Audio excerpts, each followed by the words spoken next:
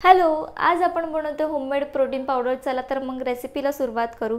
तर सगळ्यात आधी तर आपल्याला सगळे सुके इन्ग्रेडियंट्स ड्राय रोस्ट करून घ्यायचे आहेत। सगळ्यात पहिली तर मी काजू भाजून घेतले, ते एका प्लेटमध्ये काढून घेतले। त्यानंतर बदाम सुद्धा छान ड्राय रोस्ट करून घेतले। नंतर मिक्स सीड्स घेतलेले आहेत। इथे मी सनफ्लॉवर सीड्स आणि पंपकिन सीड्सचा यूज केला आहे। तुम्हाला हवे ते सीड्स तुम्ही ॲड करू शकता।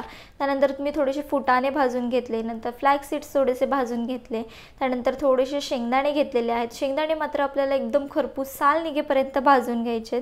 त्याच प्लेटमध्ये मी हे सगळे इन्ग्रेडियंट्स काढून घेणार आहे। त्यानंतर मखाना घेतलाय, मखाण्याची थोडी क्वांटिटी जास्त घ्या। मखाना सुद्धा भाजून घेतला। आता हे सगळे इन्ग्रेडियंट्स थंड झाले की वन बाय वन ह्याला मिक्सर ग्राइंडर मधून एकदम बारीक करून घ्यायचं आहे। सगळ्यात आधी मी काजू बदामची पेस्ट करून घेतली आणि त्यानंतर मी बाकीचे इन्ग्रेडियंट्स सुद्धा एकदम बारीक असे वाटून घेतले। तर ही पावडर सगळी आपल्याला मिक्स करायची। तर एका एअरटाइट कंटेनरमध्ये तुम्ही हे पॅक करून ठेवू शकता आणि मॉर्निंगला दुधामध्ये मिक्स करून पिऊ शकता।